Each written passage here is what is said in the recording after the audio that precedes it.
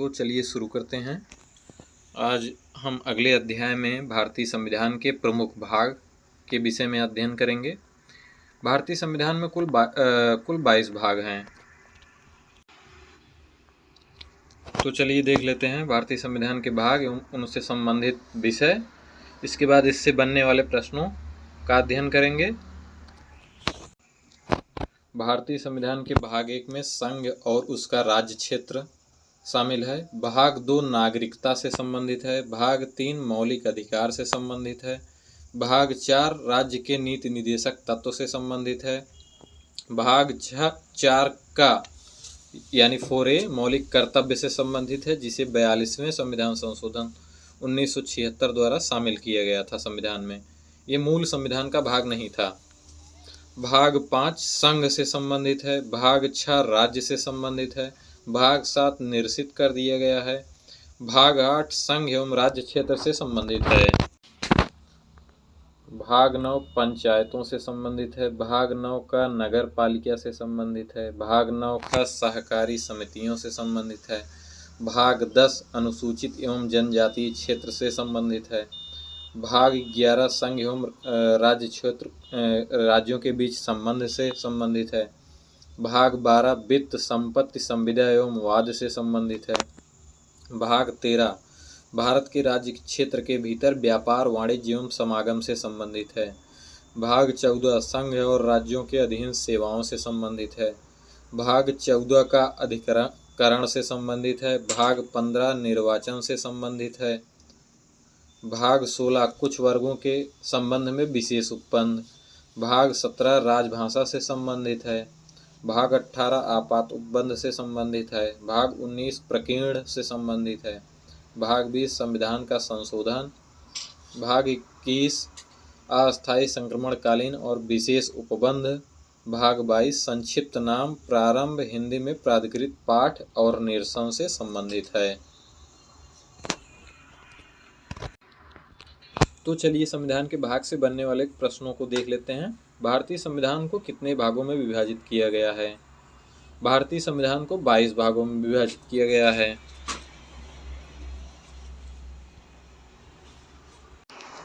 इस प्रकार B option हमारा करेक्ट हो जाएगा, 22 भागों में। निम्नलिखित में से कौन एक सही सुमेलित नहीं है? नागरिकता संविधान के भाग 2 से संबंधित है। मूल अधिकार संविधान के भाग 3 से संबंधित है। मौलिक कर्तव्य भाग 4 का से संबंधित है। इस प्रकार हमारा ऑप्शन सी सही हो जाएगा। राज्य भारतीय संविधान के भाग 6 से संबंधित है। हमारे संविधान के किस भाग में 3 सोपानों में पंचायतें बनाने की परिकल्पना की गई है? भाग 9, भाग 10, भाग 11, भाग 12। तो इसमें ऑप्शन ए सही आंसर होगा, भाग 9। तो आइए इसका डिटेल देखते हैं। संविधान के 73वें संशोधन अधिनियम 1992 द्वारा 24 अप्रैल 1993 से अंततः स्थापित संविधान के भाग 9 में 3 सोपान में पंचायत बनाने की परिकल्पना की गई है। अनुच्छेद 243 खा के खंड 1 में कहा गया कि प्रत्येक राज्य में ग्राम मध्यवर्ती जिला स्तर पर पंचायतों का गठन किया जाएगा। इसी अनुच्छेद के खंड 2 के अनुसार मध्यवर्ती स्तर पर पंचायत का उस राज्य में गठन नहीं किया जा सकेगा जिसकी जनसंख्या 20 लाख से अनधिक है, यानी 20 लाख से कम है। तो अगले प्रश्न की तरफ बढ़ते हैं। भारतीय संविधान का कौन सा भाग और अध्याय संघ और राज्यों के बीच विधायी संबंध के बारे में है? भाग 11 का अध्याय 1, भाग 11 का अध्याय 2, भाग 12 का अध्याय 1, भाग 12 का अध्याय 2। इसमें हमारा ये ऑप्शन सही होगा, भाग 11 का अध्याय 1। तो आइए इसका डिटेल देख लेते हैं। भारतीय संविधान के भाग 11 का अध्याय 1 अनुच्छेद 245 से 255 संघ एवं राज्यों के बीच विधायी संबंधों के बारे में है, तथा भाग 2 अनुच्छेद 256 से 263 प्रशासनिक संबंधों के बारे में उपबंध है। अगले प्रश्न की तरफ बढ़ते हैं। सूची 1 को सूची 2 से सम्मिलित कीजिए। उपाधियों का अंत, ये हमारे संविधान के मूल अधिकार वाले भाग से संबंधित है। ग्राम पंचायतों का संगठन राज्य के नीति निदेशक तत्व से संबंधित है। 6 से 14 वर्ष तक के बालक या प्रतिपाल्य के लिए शिक्षा का अवसर प्रदान करना, ये मौलिक कर्तव्य के अंतर्गत आता है। इंडिया अर्थात भारत राज्यों का संघ है। तो ये हमारा संघ और उसका राज्य क्षेत्र से संबंधित है।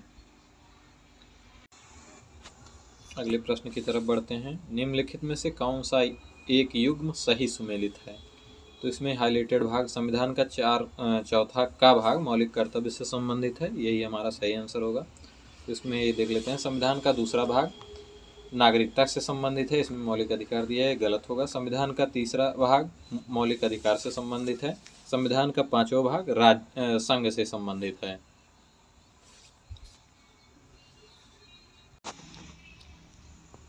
तो आइए अगले प्रश्न की तरफ बढ़ते हैं। निम्न में से कौन एक सही सुमेलित नहीं है? नागरिकता भाग 2, संघ राज्य क्षेत्र भाग 7 गलत है, भाग 8 होगा। नगर पालिका भाग 9 का सही है। निर्वाचन भाग 15 ये भी सही है। संघ राज्य क्षेत्र भाग 8 से संबंधित है। डिटेल देख लेते हैं। नागरिकता भाग 2, संघ राज्य क्षेत्र भाग 8, नगर पालिका भाग 9 का, निर्वाचन भाग 15। संविधान का भाग 7 पहली अनुसूची के भाग ख के राज्य 7वें संविधान संशोधन अधिनियम 1956 द्वारा निर्देशित कर दिया गया था। अगले प्रश्न की तरफ बढ़ते हैं। सूची 1 को सूची 2 से सुमेलित कीजिए। भारत का संविधान का भाग 9 पंचायतों से संबंधित है, तो इसमें हमारा तीसरा भी वो हो जाएगा। भाग 8 संघ राज्य क्षेत्र से संबंधित है, पहला ऑप्शन हो जाएगा मिलान में। भारतीय संविधान का भाग 4 का मूल कर्तव्य से संबंधित है। भारतीय संविधान का भाग 9 का नगर पालिका से संबंधित है।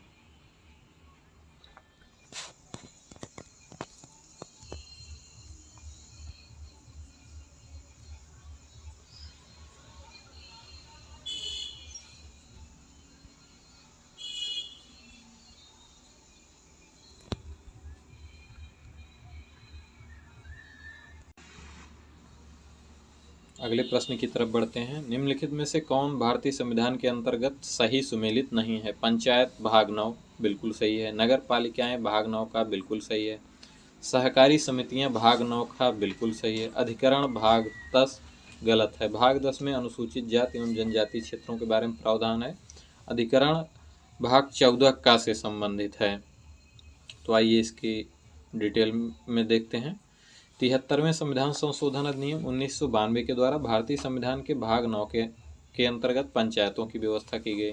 74वें संशोधन अधिनियम 1992 के द्वारा संविधान में भाग 9 का जोड़ा गया, जो नगर पालिका से संबंधित है। 97वें संविधान संशोधन अधिनियम 2011 के द्वारा भाग 9 का जोड़ा गया, जो सहकारी समितियों से संबंधित है। जबकि भाग 10 के अंतर्गत अनुसूचित एवं अनुसूचित जनजाति क्षेत्र संबंधी प्रावधान है। भाग 14 का में अधिकरण की व्यवस्था है।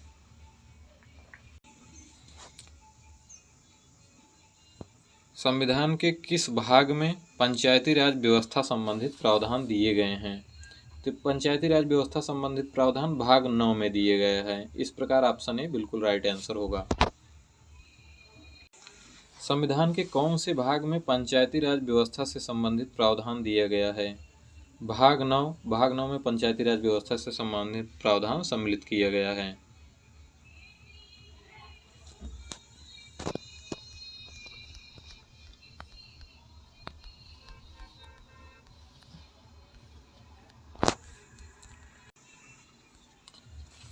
सूची 1 को सूची 2 से सुमेलित कीजिए।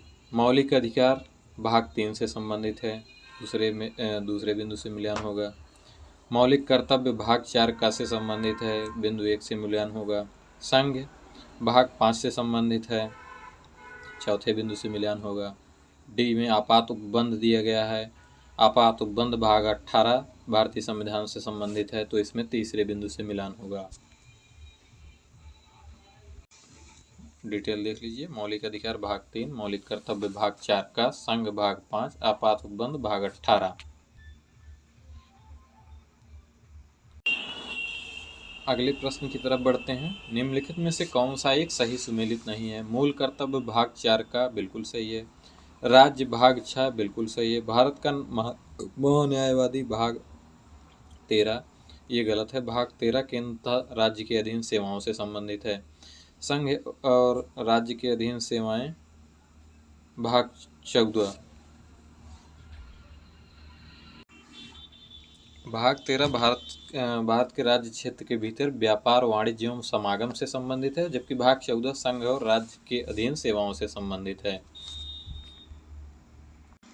जबकि भारत का महान्यायवादी भाग 5 अनुच्छेद 76 से संबंधित है।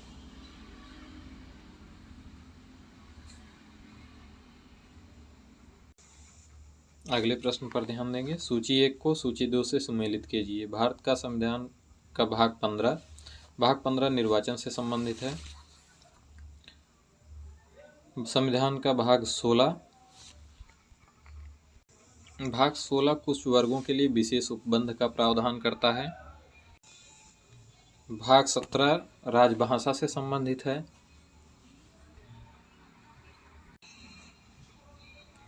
भाग 18 आपात उपबंध से संबंधित है। डिटेल देख लेते हैं। संविधान का भाग 15 निर्वाचन, भाग 16 कुछ वर्गों के संबंध में विशेष उपबंध, भाग 17 राजभाषा, भाग 18 आपात उपबंध से संबंधित है। अगले प्रश्न की तरफ बढ़ते हैं। भारत का संविधान का भाग 16 संबंधित है कुछ वर्गों के लिए विशेष उपबंध से। ऑप्शन डी सही उत्तर होगा। तो आइए हम अगले चैप्टर की तरफ बढ़ते हैं। संविधान में अनुच्छेद। भारतीय संविधान में कुल 395 अनुच्छेद हैं। गणना की दृष्टि से 465 अनुच्छेद हो गए हैं। तो आइए इस कुछ महत्वपूर्ण बिंदुओं को देख लिया जाता है, उसके बाद हम इससे आने वाले प्रश्नों को हल करेंगे। संविधान के मूल पाठ में 22 भाग, 395 अनुच्छेद और 8 अनुसूचियाँ थीं। नई अनुसूचियाँ भी जोड़ी गईं, उनकी संख्या 8 से बढ़कर 12 हो गई। तो चलिए आगे। विधानता नए राज्यों को शामिल करना अनुच्छेद 2 से संबंधित है। नए राज्यों का गठन भारतीय संविधान का अनुच्छेद 3 से संबंधित है। विधि के समक्ष समता अनुच्छेद 14, अनुच्छेद 17 अस्पृश्यता का अंत, गिरफ्तारी और निरोध से संरक्षण अनुच्छेद 22, अनुच्छेद 36 से 51 तक नीति निर्देशक तत्व दिए गए हैं। भारतीय संविधान में नीति निर्देशक तत्वों के तहत समान न्याय और निःशुल्क विधिक सहायता अनुच्छेद 39 ए, ग्राम पंचायतों का संगठन अनुच्छेद 40 से संबंधित है। कार्य, शिक्षा, लोक सहायता पाने का अधिकार अनुच्छेद 41 से संबंधित है। कार्य करने के लिए न्यायोचित और मानवीय दशाएं तथा प्रसूति सहायता अनुच्छेद 42 से संबंधित है। समान नागरिक संहिता अनुच्छेद 44 में संबंधित है। शैशव पूर्व देखभाल और 6 वर्ष से कम आयु के बच्चों के लिए शिक्षा की व्यवस्था अनुच्छेद 45 में वर्णित है। कार्यपालिका से न्यायपालिका का पृथक्करण अनुच्छेद 50 में उल्लिखित है। अनुच्छेद 48 कृषि तथा पशुपालन संगठन से संबंधित है। अनुच्छेद 54 भारत के राष्ट्रपति के निर्वाचन से संबंधित है। अनुच्छेद 75 प्रधानमंत्री व मंत्रिपरिषद का गठन से संबंधित है। अनुच्छेद 76 भारत का महान्यायवादी से संबंधित है। अनुच्छेद 78 राष्ट्रपति की जानकारी देने के संबंध में प्रधानमंत्री के कर्तव्य से संबंधित है। अनुच्छेद 111 राष्ट्रपति के विधेयकों पर अनुमति देने से संबंधित है। अनुच्छेद 117 में प्रावधान है कि अनुच्छेद 110 में उल्लिखित कर संबंधित प्रावधान अर्थात कर अधिरोपण करने वाला विधेयक या संशोधन राष्ट्रपति की सिफारिश से ही पुनः स्थापित या प्रस्तावित किया जाएगा, अन्यथा नहीं। और ऐसा उपबंध करने वाला विधेयक राज्यसभा में पुनः स्थापित नहीं किया जाएगा। अनुच्छेद 119 में संसद में वित्तीय कार्य संबंधी प्रक्रिया का विधि विनियमन से संबंधित है। अनुच्छेद 121 में उच्चतम न्यायालय या उच्च न्यायालय के किसी न्यायाधीश के संबंध में संसद में चर्चा पर निर्बंधन से संबंधित है। अनुच्छेद 123 संसद के विश्रांत काल में अध्यादेश प्रख्यापित करने की राष्ट्रपति की शक्ति का उल्लेख करता है। अनुच्छेद 124 में सर्वोच्च न्यायालय की स्थापना का प्रावधान है। अनुच्छेद 131 सर्वोच्च न्यायालय का आरंभिक क्षेत्राधिकार से संबंधित है। अनुच्छेद 148 भारत का नियंत्रक एवं महालेखा परीक्षक से संबंधित है। अनुच्छेद 155 राज्यपाल की नियुक्ति से संबंधित है। अनुच्छेद 164 मुख्यमंत्रियों एवं मंत्रिपरिषद की नियुक्ति से संबंधित है। राज्य के महाधिवक्ता की नियुक्ति संबंधित प्रावधान अनुच्छेद 165 में है। राज्य विधानसभाओं की संरचना अनुच्छेद 170 में वर्णित है। अनुच्छेद 215 उच्च न्यायालय का अभिलेखीय न्यायालय होना इससे संबंधित है। अनुच्छेद 222 किसी न्यायाधीश का एक उच्च न्यायालय से दूसरे उच्च न्यायालय में अंतरण से संबंधित है।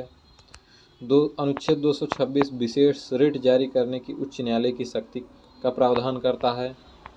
अनुच्छेद 227 सभी न्यायालयों के अधीक्षण की उच्च न्यायालय की शक्ति को दर्शाता है। अनुच्छेद 245 संसद द्वारा राज्य विधानमंडलों द्वारा बनाई गई विधियों का विस्तार से संबंधित है। वित्त आयोग अनुच्छेद 280 से संबंधित है। अखिल भारतीय सेवाएं अनुच्छेद 312 से संबंधित है। संघ लोक सेवा आयोग का प्रावधान अनुच्छेद 315 में किया गया है। अनुच्छेद 318 में लोक सेवा आयोग के सदस्यों और कर्मचारियों के सेवा की शर्तों का उल्लेख किया गया है। अनुच्छेद 320 में लोक सेवा आयोग के कार्यों का प्रावधान है। अनुच्छेद 323A प्रशासनिक अधिकरण से संबंधित है। अनुच्छेद 324 में निर्वाचन आयोग के गठन का प्रावधान है। अनुच्छेद 330 लोकसभा में अनुसूचित जातियों व अनुसूचित जनजातियों के लिए स्थानों का आरक्षण से संबंधित है, जबकि अनुच्छेद 332 राज्य की विधानसभाओं में अनुसूचित जातियों और अनुसूचित जनजातियों के लिए स्थानों के आरक्षण से संबंधित है। अनुच्छेद 351 में हिंदी भाषा के विकास के लिए निर्देश दिए गए हैं। अनुच्छेद 352 आपात की उद्घोषणा से संबंधित है।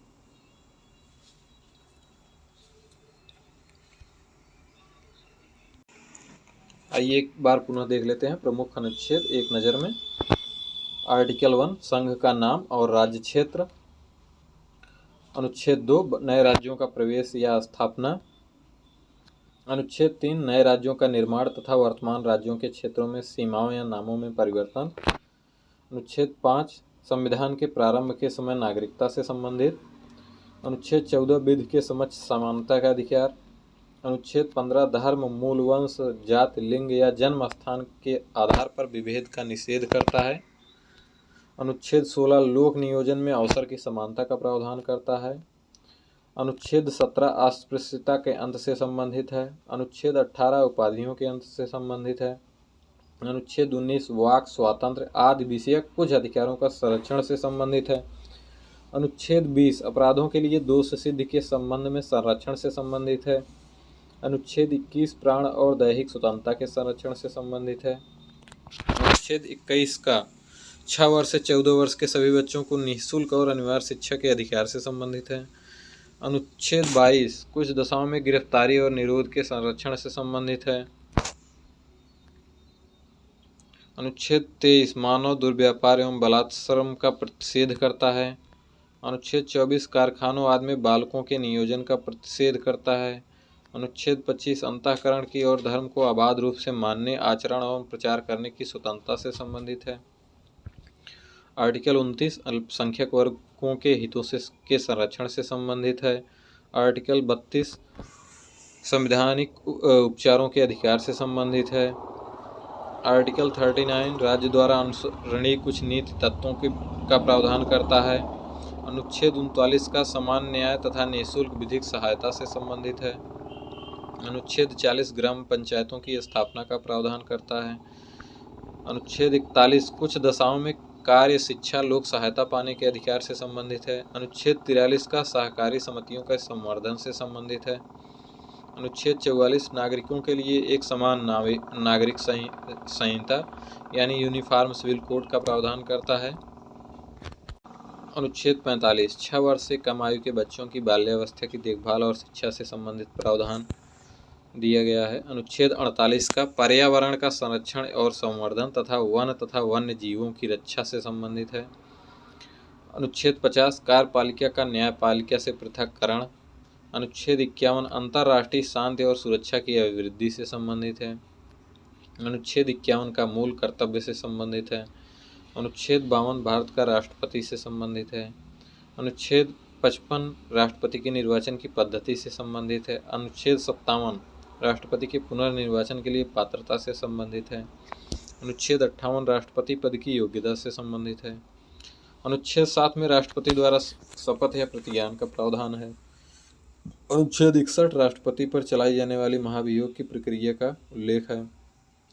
अनुच्छेद 66 उपराष्ट्रपति का निर्वाचन से संबंधित है। अनुच्छेद 70 अन्य आकस्मिकताओं में राष्ट्रपति के कृत्यों का निर्वहन संबंधित है। अनुच्छेद 72 क्षमा आदि की और कुछ मामलों में दंडादेश के निलंबन, परिहार या लघुकरण की राष्ट्रपति की शक्ति का उल्लेख है। अनुच्छेद 73 संघ की कार्यपालिका शक्ति का विस्तार से संबंधित है। अनुच्छेद 74 राष्ट्रपति को सहायता और सलाह देने के लिए मंत्रिपरिषद का प्रावधान किया गया है। आगे बढ़ते हैं। अनुच्छेद 75(1) प्रधानमंत्री की नियुक्ति राष्ट्रपति करेगा और अन्य मंत्रियों की नियुक्ति राष्ट्रपति प्रधानमंत्री की सलाह पर करेगा। अनुच्छेद 76 भारत का महान्यायवादी से संबंधित है। अनुच्छेद 79 संसद के गठन का प्रावधान किया गया है। अनुच्छेद 80 राज्यसभा की संरचना से संबंधित है। अनुच्छेद 81 लोकसभा की संरचना दी गई है। अनुच्छेद 83 एक राज्यसभा का एक अस्थायी सदन होना प्रावधान है। अनुच्छेद 84 संसद की सदस्यता के लिए अर्हता का प्रावधान दिया गया है। अनुच्छेद 85 संसद के सत्र, सत्रावसान और विघटन का प्रावधान है।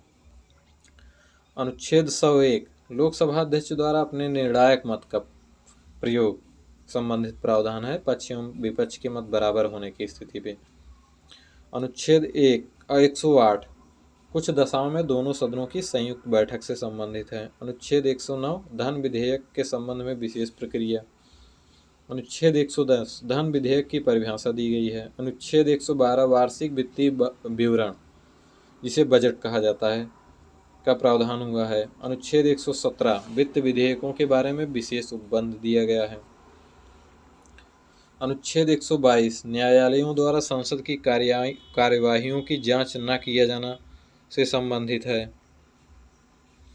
अनुच्छेद 123 राष्ट्रपति के संसद के विश्रांत काल में अध्यादेश प्रख्यापित करने की राष्ट्रपति की शक्ति के बारे में उल्लेख।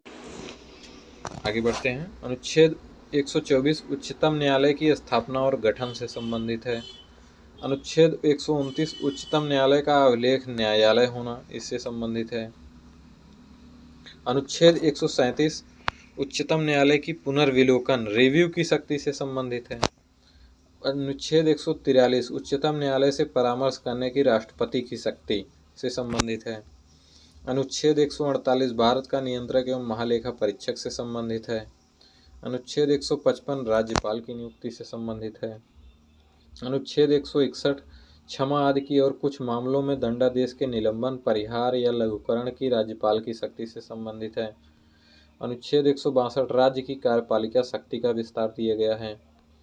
अनुच्छेद 164(1) राज्यपाल द्वारा मुख्यमंत्री की नियुक्ति और मुख्यमंत्री की सलाह पर अन्य मंत्रियों की नियुक्ति से संबंधित है। अनुच्छेद 165 राज्य का महाधिवक्ता संबंधित प्रावधान है।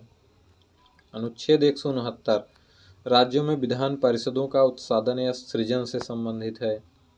अनुच्छेद 174 राज्यपाल द्वारा राज्य विधानमंडल के समय समय पर सत्र बुलाने, सत्रावसान करने, विधानसभा को विघटित करने का अधिकार दिया गया है।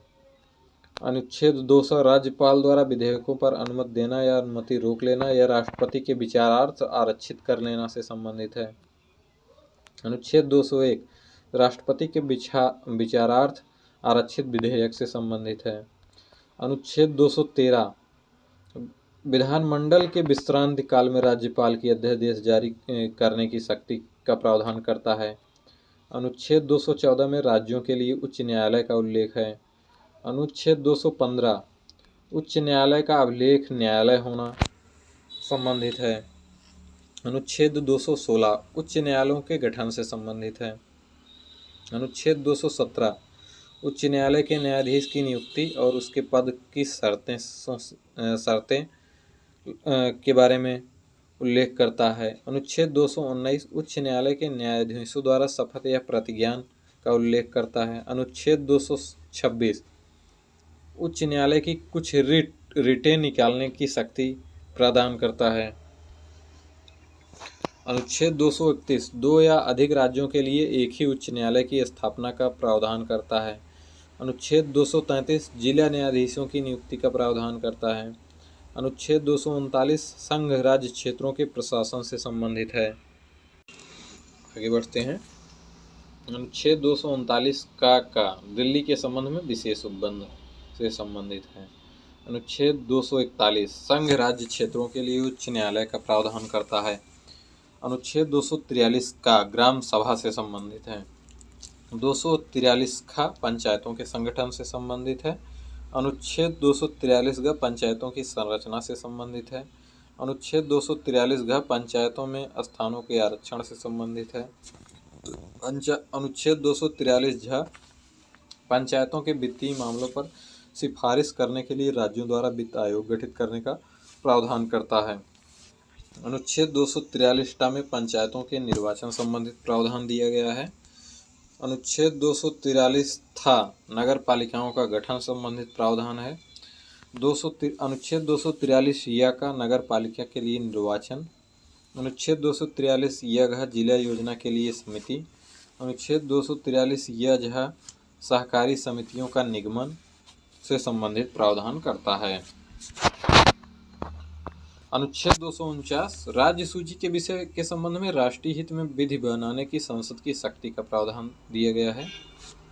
अनुच्छेद 253 अंतर्राष्ट्रीय करारों को प्रभावी करने के लिए विधान की व्यवस्था की गई है। अनुच्छेद 262 अंतर्राज्यीय नदियों तथा नदी दूनों को जल संबंधी विवादों का न्याय निर्णय, ये समझ लीजिए कि नदी जल विवाद अनुच्छेद 262 से संबंधित है।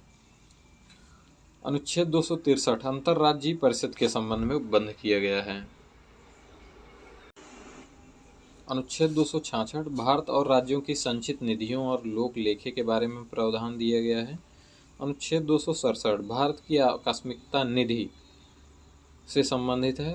अनुच्छेद 280 वित्त आयोग से संबंधित है। अनुच्छेद 300 का विधि के प्राधिकार के बिना व्यक्तियों को संपत्ति से वंचित न किया जाना से संबंधित है। अनुच्छेद 312 अखिल भारतीय सेवा। 315 संघ और राज्यों के लिए लोक सेवा आयोग का प्रावधान किया गया है। अनुच्छेद 324 निर्वाचनों के अधीक्षण, निर्देशन और नियंत्रण का निर्वाचन आयोग में निहित होना शामिल है। अनुच्छेद 326 लोकसभा और राज्यसभा की विधानसभाओं के लिए निर्वाचनों का वयस्क मताधिकार के आधार पर होना अनुच्छेद 326 से संबंधित है। अनुच्छेद 330 लोकसभा में अनुसूचित जाति एवं अनुसूचित जनजातियों के लिए सीटों का आरक्षण से संबंधित है। अनुच्छेद 331 लोकसभा में आंग्ल भारतीय समुदाय का प्रतिनिधित्व करता था, जिसे 104वें संविधान संशोधन अधिनियम 2019 द्वारा निष्प्रभावी कर दिया गया है। आगे बढ़ते हैं। अनुच्छेद 332 राज्य की विधानसभाओं में अनुसूचित जातियों और अनुसूचित जनजातियों के लिए स्थानों आरक्षण संबंधित प्रावधान है। अनुच्छेद 333 राज्य की विधानसभाओं में आंग्ल भारतीय समुदाय का प्रतिनिधित्व किया गया है, जिसे 104वें संविधान संशोधन अधिनियम 2019 द्वारा निष्प्रभावी कर दिया गया है। इस प्रकार अनुच्छेद 331 व अनुच्छेद 333 104वें संविधान संशोधन अधिनियम 2019 द्वारा निष्प्रभावी कर दिए गए हैं। अनुच्छेद 338 राष्ट्रीय अनुसूचित जनजाति आयोग का प्रावधान करता है। अनुच्छेद 338 राष्ट्रीय अनुसूचित जाति आयोग का प्रावधान करता है, जबकि अनुच्छेद 338 का राष्ट्रीय अनुसूचित जनजाति आयोग का प्रावधान करता है। अनुच्छेद 338 का पिछड़े वर्ग के लिए राष्ट्रीय आयोग का प्रावधान किया गया है। अनुच्छेद 340 पिछड़े वर्ग की दशाओं के अन्वेषण के लिए आयोग की नियुक्ति करता है। अनुच्छेद 343 संघ की राजभाषा हिंदी और लिपि देवनागरी घोषित करता है। अनुच्छेद 344 राजभाषा आयोग का प्रावधान करता है। अनुच्छेद 350 का में प्रावधान है कि प्राथमिक स्तर पर मातृभाषा में शिक्षा की सुविधाएं उपलब्ध कराई जाएं। अनुच्छेद 350 का भाषाई अल्पसंख्यक वर्गों के लिए विशेष प्राधिकार का प्रावधान करता है। अनुच्छेद 352 राष्ट्रीय आपात की घोषणा, युद्ध, बाह्य आक्रमण, सशस्त्र विद्रोह की स्थिति में। 356 राज्य में संवैधानिक तंत्र के विफल हो जाने की दशा में उपबंध दिया गया है। 360 अनुच्छेद 360 वित्तीय आपातकाल घोषित करने का प्रावधान दिया गया है। अनुच्छेद 368 संसद की संविधान का संशोधन करने की शक्ति और प्रक्रिया का उल्लेख दिया गया है। तो चलते हैं, अब इससे बनने वाले प्रश्नों के विषय में अध्ययन करेंगे। भारतीय संविधान में है 300 अनुच्छेद, 350 अनुच्छेद, 400 से अधिक अनुच्छेद, 500 अनुच्छेद। मूल संविधान में कुल 395 अनुच्छेद का उल्लेख है, जिसे आगे चलकर यह धीरे धीरे संख्या 465 तक पहुंच गई है का खा जोड़ते हुए। क्रमांक की दृष्टि से अभी भी 395 अनुच्छेद तथा सभी नए अनुच्छेदों को मूल अनुच्छेद के साथ का खा ग आदि लगाकर जोड़ा गया है। मूल पाठ में 22 भाग 395 अनुच्छेद और 8 अनुसूचियाँ थी। संविधान संशोधन के द्वारा कुछ नए अनुच्छेद जोड़े गए, कुछ निकाले भी गए, नए अनुसूचियाँ भी जोड़ी गई, उनकी संख्या 8 से बढ़कर 12 हो गई है। अगले प्रश्न की तरफ बढ़ते हैं। भारतीय संविधान के आरंभ में कितने अनुच्छेद थे? तो इसमें हमारा ऑप्शन सी सही हो जाएगा, 395 अनुच्छेद।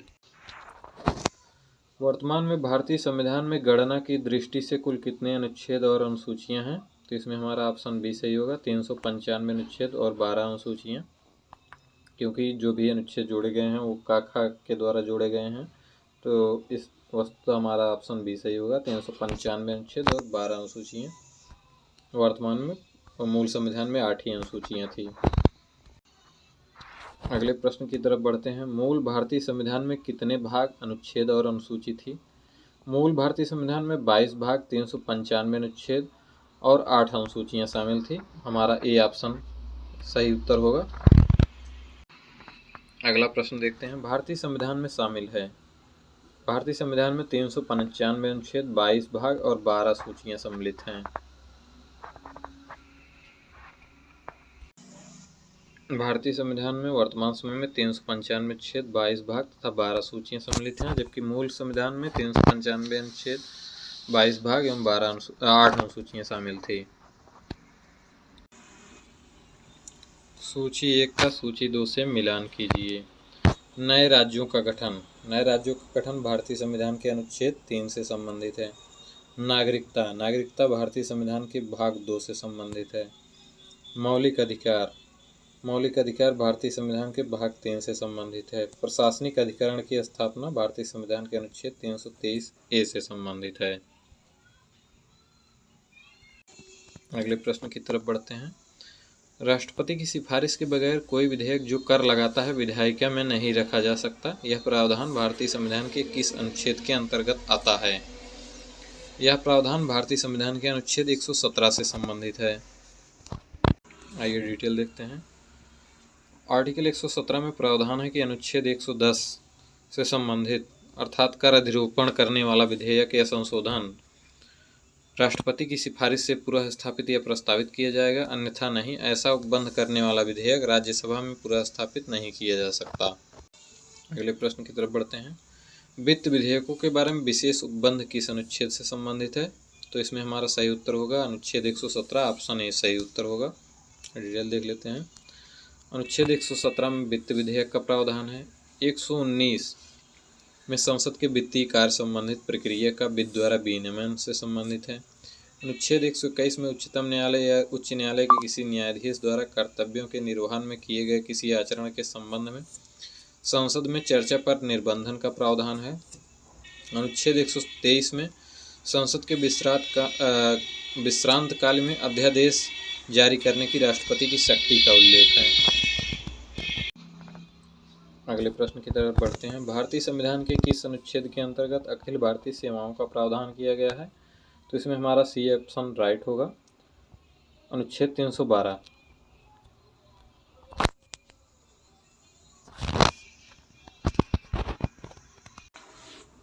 वाई अनुच्छेद 312 के विषय में डिटेल जान लेते हैं। इस अनुच्छेद के अनुसार यदि राज्यसभा ने उपस्थित और मत देने वाले सदस्यों के कम से कम 2/3 बहुमत से समर्थित संकल्प से यह घोषित किया कि राष्ट्रीय हित में ऐसा करना आवश्यक है, तो संसद विधि द्वारा अखिल भारतीय सेवाओं के सृजन हेतु बंद कर सकता है। निम्नलिखित में से कौन सी जोड़ी संस्था और संविधान के अनुच्छेद से सुमेलित है? भारत का सर्वोच्च न्यायालय अनुच्छेद 318 गलत है। अनुच्छेद 318 लोक सेवा आयोग के सदस्यों के कार्यों एवं आचरण से संबंधित प्रावधान दिया गया है। सर्वोच्च न्यायालय के गठन संबंधित प्रावधान अनुच्छेद 124 से संबंधित है। भारत का निर्वाचन आयोग अनुच्छेद 324, जी हाँ ये बिल्कुल सही है, इसमें बी ऑप्शन हमारा राइट आंसर होगा। संघ लोक सेवा आयोग अनुच्छेद 315 से संबंधित है। 332 गलत होगा। महाधिवक्ता अनुच्छेद 351, अनुच्छेद 351 हिंदी भाषा के प्राधिकृत पाठ से संबंधित है। महाधिवक्ता का प्रावधान अनुच्छेद 165 में दिया गया है। कि अनुच्छेद 332 राज्यों में की विधानसभाओं में अनुसूचित जाति एवं जनजातियों के आरक्षण से संबंधित प्रावधान करता है। निम्न में से कौन एक सही सुमेलित नहीं है? अनुच्छेद 39 से सामान्य एवं निःशुल्क विधिक सहायता बिल्कुल सही है। अनुच्छेद 40 ग्राम पंचायतों का संगठन, ये भी सही है। अनुच्छेद 44 समान नागरिक संहिता, ये भी सही है। अनुच्छेद 48 न्यायपालिका का कार्यपालिका से पृथककरण, ये गलत है। अनुच्छेद 48 कृषि एवं पशुपालन संगठन से संबंधित है। न्यायपालिका का कार्यपालिका से पृथककरण अनुच्छेद 50 से संबंधित है। न्यायपालिका का कार्यपालिका से पृथककरण अनुच्छेद 50 से संबंधित है। सूची 1 का सूची 2 से मिलान कीजिए। अनुच्छेद 124 संघीय न्यायपालिका अर्थात उच्चतम न्यायालय से संबंधित है। अनुच्छेद 5 नागरिकता से संबंधित है। अनुच्छेद 352 आकस्मिक प्रावधान करता है। अनुच्छेद 245 विधायी शक्तियों का वितरण से संबंधित है। इस प्रकार ए में 1, बी में 2, सी में 3 और डी में 4 होगा। इस प्रकार देख लेते हैं, हमारा ए ऑप्शन राइट आंसर होगा। सूची 1 का सूची 2 से मिलान कीजिए। अनुच्छेद 14 समानता के अधिकार से संबंधित है। ए में हमारा तीसरा हो जाएगा। अनुच्छेद 36 नीति निर्देशक तत्व के अंतर्गत आता है। अनुच्छेद 74 मंच परिषद से संबंधित है। अनुच्छेद 368 संविधान संशोधन प्रक्रिया से संबंधित है। अगले प्रश्न की तरफ बढ़ते हैं। सूची 1 को सूची 2 से सम्मिलित कीजिए। ए विधानतः नए राज्यों को शामिल करना अनुच्छेद 2 से संबंधित है, जो कि दिखाया गया है वीडियो में, मिलान किया गया है। समता का अधिकार अनुच्छेद 14 से संबंधित है। गिरफ्तारी और निरोध से संरक्षण अनुच्छेद 22 से संबंधित है। राष्ट्रपति का विधेयक को अनुमति देने का अधिकार अनुच्छेद 111 से संबंधित है। अगले प्रश्न पर ध्यान देंगे। अनुच्छेद 54 भारत के राष्ट्रपति के निर्वाचन से संबंधित है। अनुच्छेद 75 प्रधानमंत्री और मंत्रिपरिषद की नियुक्ति से संबंधित है। अनुच्छेद 155 राज्य के राज्यपाल की नियुक्ति से संबंधित है। अनुच्छेद 164 राज्य के मुख्यमंत्री और मंत्रिपरिषद की नियुक्ति से संबंधित है। राज्य की विधानसभा की संरचना, इसका प्रावधान अनुच्छेद 170 में किया गया है। तो आइए अगले प्रश्न की तरफ बढ़ते हैं। सूची 1 को सूची 2 से सुमेलित कीजिए। अनुच्छेद 61 राष्ट्रपति पर महाभियोग से संबंधित है। अनुच्छेद 67 का उपराष्ट्रपति को हटाने से संबंधित है। अनुच्छेद 94 स्पीकर को हटाने से संबंधित है, जबकि अनुच्छेद 90 राज्यसभा के उपसभापति को हटाने से संबंधित है। मिलान इस प्रकार होगा। अनुच्छेद 61 राष्ट्रपति पर महाभियोग, अनुच्छेद 67 का उपराष्ट्रपति को हटाना, अनुच्छेद 94 स्पीकर को हटाने का प्रावधान, अनुच्छेद 90 राज्यसभा के उपसभापति को हटाना। अगले प्रश्न की तरफ बढ़ते हैं। सूची 1 को सूची 2 से सुमेलित कीजिए। अनुच्छेद 323A अनुच्छेद 323A प्रशासनिक अधिकरण से संबंधित है। अनुच्छेद 324 निर्वाचन से संबंधित है। इसमें हमारा पहला ऑप्शन हो जाएगा। अनुच्छेद 323A में दूसरा ऑप्शन होगा। ए में दूसरा, बी में पहला। अनुच्छेद 330 लोकसभा के लिए अनुसूचित जाति व अनुसूचित जनजाति सदस्यों के आरक्षण से संबंधित हो जाएगा। सी में चौथा हो जाएगा। डी अनुच्छेद 320 अनुच्छेद लोक सेवा आयोग के कार्यों से संबंधित है। इसमें हमारा मिलान इस प्रकार होगा। 323 प्रशासनिक अधिकरण, 324 निर्वाचन, 330 लोकसभा में SC/ST सदस्यों के आरक्षण से संबंधित, 320 लोक सेवा आयोग के कार्य। अगले प्रश्न की तरफ बढ़ते हैं। सूची 1 को सूची 2 से सुमेलित करिए। संविधान संशोधन अनुच्छेद 368 से संबंधित है। ए में चौथा। वित्त आयोग अनुच्छेद 280, बी में तीसरा। सी वित्तीय आपात अनुच्छेद 360 से संबंधित है। सी में पहला। डी अखिल भारतीय सेवाएं अनुच्छेद 312। इस प्रकार डी में दूसरा। एक नज़र देख लीजिए, इसका मिलान इस प्रकार है। अगले प्रश्न की तरफ बढ़ते हैं। सूची 1 को सूची 2 से मिलान कीजिए। भारत का नियंत्रक एवं महालेखा परीक्षक ए में तीसरा हो जाएगा अनुच्छेद 148। वित्त आयोग का प्रावधान अनुच्छेद 280 में है। प्रशासनिक अधिकरण का प्रावधान अनुच्छेद 323A। संघ लोक सेवा आयोग अनुच्छेद 315। एक नज़र देख लेते हैं। इसका मिलान इस प्रकार है। अगले प्रश्न की तरफ बढ़ते हैं। निम्नलिखित युग्मों में कौन सा एक सही सुमेलित नहीं है? अंतर्राज्य परिषद अनुच्छेद 263 सही है। वित्त आयोग अनुच्छेद 280 ये भी सही है। प्रशासनिक न्यायाधिकरण अनुच्छेद 323 का में प्रशासनिक अधिकरण की बात की गई है, न्यायाधिकरण की नहीं। संघ लोक सेवा आयोग का प्रावधान अनुच्छेद 315 में किया गया है। ये इस प्रकार ऑप्शन सी सही उत्तर होगा। अगले प्रश्न की तरफ बढ़ते हैं। निम्नलिखित में से किसका सुमेल सही है? अनुच्छेद 17 न्याय के समक्ष समानता गलत है। अनुच्छेद 17 अस्पृश्यता के अंत से संबंधित है। अनुच्छेद 78 संसद का गठन गलत है। अनुच्छेद 78 प्रधानमंत्री का राष्ट्रपति को जानकारी देने का कर्तव्य से संबंधित है। अनुच्छेद 192 संसद सदस्यों के वेतन एवं भत्ता ये भी गलत। अनुच्छेद 192 राज्य विधानसभा के सदस्यों के से संबंधित प्रश्नों पर विनिश्चय से संबंधित है। अनुच्छेद 352 आपात स्थिति की घोषणा ये सही है। इस प्रकार ऑप्शन डी सही होगा। अनुच्छेद 352 आपात स्थिति की घोषणा। अगले प्रश्न की तरफ बढ़ते हैं। सूची 1 का सूची 2 से मिलान कीजिए। अनुच्छेद 215 उच्च न्यायालय का अभिलेखी न्यायालय से होना संबंधित है। अनुच्छेद 222 किसी न्यायाधीश का एक उच्च न्यायालय से दूसरे उच्च न्यायालय में अंतरण यानी ट्रांसफर से संबंधित है। अनुच्छेद 226 कुछ ऋण निकालने की उच्च न्यायालय की शक्ति का प्रावधान करता है। अनुच्छेद 227 सभी न्यायालयों के अधीक्षण की शक्ति का प्रावधान करता है।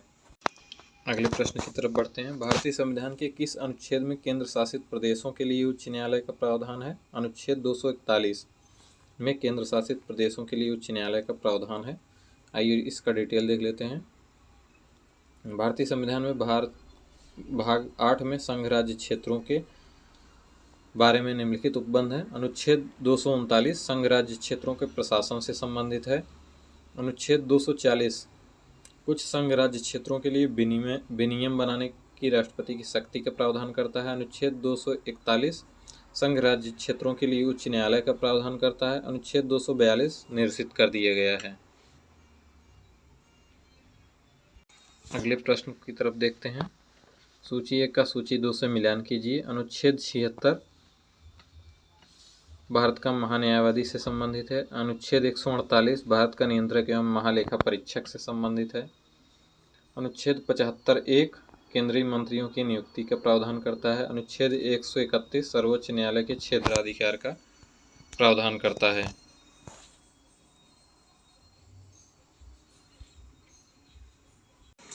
अगले प्रश्न की तरफ देखते हैं। सूची 1 का सूची 2 से सुमेलन कीजिए। विधि के सम्मुख समान था अनुच्छेद 14 से संबंधित है। कार्य करने का अधिकार अनुच्छेद 41 से संबंधित है। कार्य करने के लिए सही और मानवीय स्थितियां अनुच्छेद 42 से संबंधित है। अनुच्छेद 45 जो कि दूसरा बिंदु दिए गए है। अनुच्छेद 45 शैशव पूर्व 6 वर्ष से पूर्व अनुच्छेद 45 6 वर्ष से पहले शिक्षा संबंधित प्रावधान का उल्लेख करता है। आइए डिटेल देखते हैं। अनुच्छेद 45 शैशव पूर्व देखभाल तथा 6 वर्ष से कम आयु के बच्चों के लिए शिक्षा की व्यवस्था का प्रावधान अनुच्छेद 45 करता है। बच्चों के लिए मुफ्त तथा अनिवार्य शिक्षा का प्रावधान मूलतः नीति निर्देशक तत्व के तहत अनुच्छेद 45 में वर्णित था, परंतु 86वें संविधान संशोधन 2002 के द्वारा इसे अनुच्छेद 21 का के रूप में मूल अधिकारों के रूप में शामिल किया गया। निम्नलिखित में से कौन सा सही सुमेलित नहीं है? 371 का नागालैंड सही है। 371 का असम सही है। 371 ग मेघालय गलत है। 371 ग आंध्र प्रदेश से संबंधित है। 371 ग मेघालय ना होकर मणिपुर होगा। तो आइए इसके डिटेल में चलते हैं। संविधान का भाग 21 अस्थायी संक्रमणकालीन और विशेष उपबंध का प्रावधान करता है, जिससे संबंधित अनुच्छेद इस प्रकार हैं। अनुच्छेद 371 महाराष्ट्र और गुजरात से संबंधित प्रावधान दिया गया है। 371 का नागालैंड से संबंधित प्रावधान दिया गया है। 371 का असम से संबंधित प्रावधान दिया गया है। 371 का मणिपुर से संबंधित प्रावधान दिया गया है। 371 का आंध्र प्रदेश या तेलंगाना से संबंधित प्रावधान है। 371 अंगा आंध्र प्रदेश में केंद्रीय विश्वविद्यालय का प्रावधान करता है। 371 चा सिक्किम से संबंधित प्रावधान है। 371 छा मिजोरम से संबंधित है। 371 जा अरुणाचल प्रदेश से संबंधित है। 371 जा गोवा से संबंधित है। तो 371 इं और कर्नाटक से संबंधित प्रावधान करता है। तो आज की वीडियो में बस इतना ही। आगे की वीडियो में हम कुछ और इम्प्रूवमेंट के साथ आएंगे। अगला चैप्टर हमारा अनुसूचियों से संबंधित होगा। धन्यवाद।